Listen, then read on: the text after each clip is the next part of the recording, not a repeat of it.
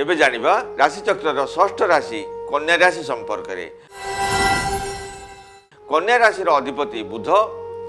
कन्या राशि व्यक्ति माने वर्षर प्रथम 3 मास शनि राहु और केतु अशुभ स्थिति थिबारु पारिवारिक अशांति, शारीरिक असुस्थता, शत्रु वृद्धि, अर्थ चिंता, आय बेस भल रहिले मध्य व्ययर चाप मात्राधिक हब। मनोबल वृद्धि हेतु विभिन्न समस्यार समाधान रे सफल हेबे।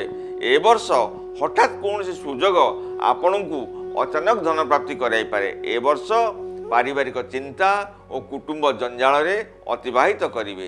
तेबे आपणकर प्रतिकार स्वरूप श्री गणेश सिद्धि विनायक मंत्र पाठ करंतु।